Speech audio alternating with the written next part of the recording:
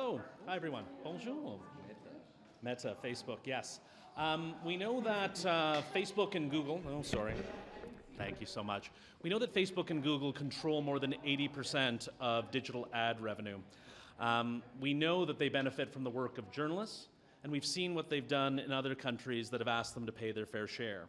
We saw in Australia what they did. They threatened the well-being of Australians. We saw through the work of whistleblowers and journalists through the Wall Street Journal the tactics, the robber baron tactics that Facebook employed, saying that they would only take down news websites, but instead taking down organizations like pediatric cancer organizations, taking down vaccine information from the government of Australia in the midst of a vaccine rollout, taking down fire and rescue services during a fire season, taking down Holocaust memorial organizations.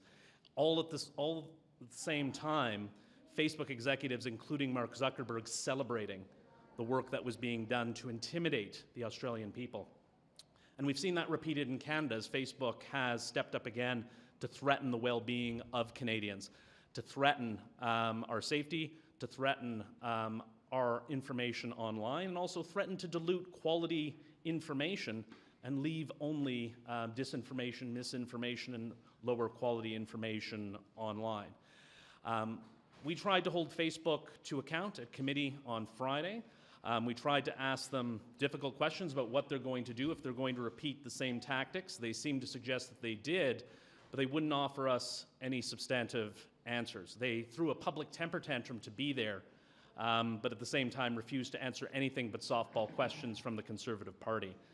I guess we're not surprised what Facebook did. They've done it before. We heard even today that they're threatening the same things against legislators in the United States. I think the surprising thing is the Conservative Party of Canada standing shoulder to shoulder and acting as Facebook's PR team, standing up to shield them from any difficult questions. When this same thing happened in Australia, legislators from all sides came together. In the United States, very conservative Republicans and very liberal Democrats are working together to hold Facebook to account. It's time for conservatives to step up. I think Canadians expect us to be working together, not working apart, which is especially shocking since it's in their platform. The Australian model is at page 155 of their platform. So we're hoping that the Conservatives can come together, and I'll turn it over to my colleagues for some added comments. Sorry, go ahead. Je vais juste dire quelque chose en français. Premièrement, c'est tellement bien d'avoir quelqu'un comme Lisa Hafner qui est ici, qui est journaliste depuis 20 ans, et qui est quelqu'un qui comprend très bien le métier et qui peut nous expliquer pourquoi le C-18 est tellement important. Et en effet, comme quelqu'un qui a posé des questions la semaine dernière à Facebook, j'étais tellement déçu d'entendre que Facebook n'avait vraiment pas de réponse. Ce n'était pas la première fois que Facebook est venu devant notre comité pour parler d'Australie. Ils ont venu la dernière fois et M. Chen n'avait aucune réponse. Là, on a demandé pourquoi M. Zuckerberg n'est pas là. On a demandé à M. Zuckerberg de venir au comité et il a ignoré notre demande. Et vendredi passé, c'était exactement la même chose. Facebook fait des menaces et c'est tout à fait correct de demander des changements dans une pièce de législation. Les lois ne sont pas parfaites, les amendements sont toujours possibles. Mais qu'est-ce que Facebook fait? C'est de menacer non seulement les législateurs, mais 21,5 millions de Canadiens. Ça, ce n'est pas acceptable. Et comme en Australie, où les libéraux et le Parti du travailliste ont travaillé ensemble pour combattre ça, et les États-Unis, où les démocrates et les républicains travaillent ensemble, on devrait travailler ensemble, tous les partis, pour combattre les menaces de Facebook. I would just add that as someone who was a journalist for more than 20 years, what I saw over the past 2 decades is the shrinking of newsrooms, and there's not enough journalism jobs anymore. There aren't enough people in the courtrooms, in the legislatures, in the city halls. And what Bill C-18 will do is support organizations to hire more journalists so we can have more boots on the ground. And yes, that will lead to more good journalism. More journalists. In Australia right now, what we've learned is that journalism is a viable career again, and that even the small, especially the smaller outlets, are able to hire more journalists and have more boots on the ground, and that's better for our society, and it's better for Canada. How credible do you think is the threat of Facebook to bring down the news, and how will the government react if that happens? Go ahead. I guess that's a better question for Facebook. They've threatened it and done it in Australia, but I think Canadians want answers. They want to know why they would do such a thing, why they would threaten the well-being of Australians and now threaten the well-being and safety of Canadians in attempt to what ultimately will dilute their product. The credibility of Facebook is, one of the foundations is news on their platform and trusted sources of information. And to eliminate that, as well as other governmental sources of information, would truly weaken their product. And so it's a question for Facebook, but Canadians want to know answers. If they do it, do you have a plan on how maybe your government is going to react? In Australia, we saw Australians rise up to say that this was unacceptable, and Australians pushed back against foreign tech giants. I expect Canadians will be in the same position to say this is completely unacceptable. They will not be fond of a major foreign player coming in and pushing Canadians around, and I expect a similar response to Canadians, which is what caused Facebook to back down in Australia, and I expect the same thing would happen if the same thing were to happen in Canada. Are you open to addressing their concerns in the bill? Are you open to making changes so that doesn't happen? We're always open to making changes to the bill. As the minister said, we're open, we're listening. What we're not open to is doing nothing. We've seen in the last 10 years nearly 500 news organizations close.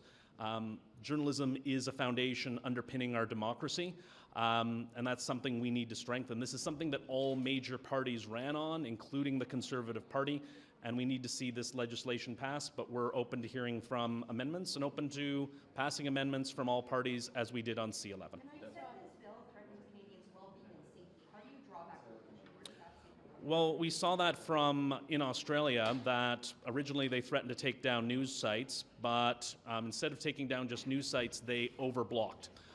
They took down tens of thousands of other organizations like vaccine sites, search and rescue, fire services, Holocaust memorial sites. The list went on and on and on with nothing to do with news. And even though there were whistleblowers at the time telling Facebook executives, we've gone too far, Facebook executives seemed to be high-fiving each other that the plan was rolling out as possible. And that is work of the Wall Street Journal and the work that their journalists did to get that information out. But for Facebook to come back and say that we're anticipating doing the same thing again in Canada is what raises alarm bells to me, that they would threaten the well-being and safety of Canadians. You said at the committee that you were considering summoning whistleblowers who had talked about the Australian experience. Are you pressing ahead with that? And also, could you say whether you are going to be summoning Mark Zuckerberg? You said you refused X summons last time, but will you be renewing that?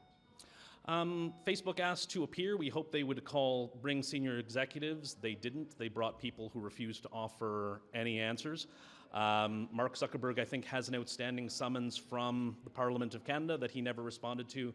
Unfortunately, I don't know that it would be beneficial to try again. Facebook clearly doesn't have the respect for Canadian Parliament to answer questions like that. In terms of whistleblowers appearing before committee, unfortunately, I don't think it's possible. It's something we reached out on, but I don't think it's possible. Can I just ask one other thing? Yep. Facebook last week posted a drop in revenue for the second quarter in a row. Are you at all concerned? I mean, they've signaled that news is not a big part of their business.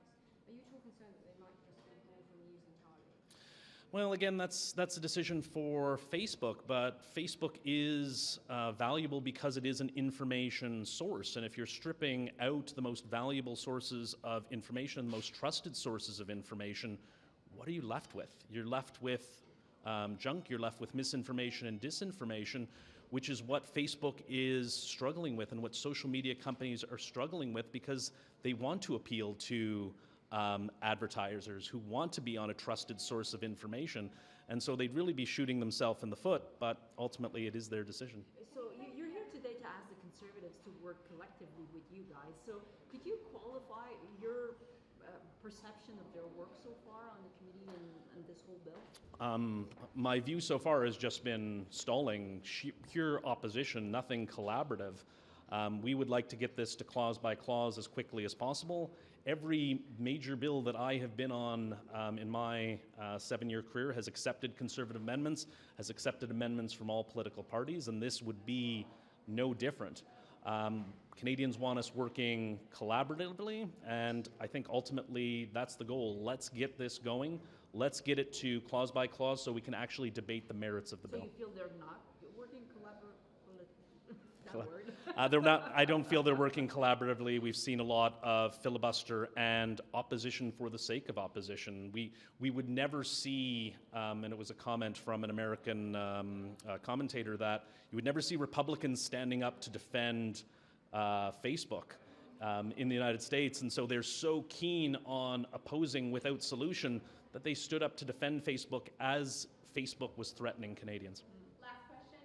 Have you had any communication with Facebook outside of what we've seen publicly in committee? Have there been any other conversations between the government and companies? My understanding is the minister's office has been in consistent communication with Facebook, as they have been with many other stakeholders, and that will continue as Minister Rodriguez says he's always opening to listening. So thank you so much, everyone.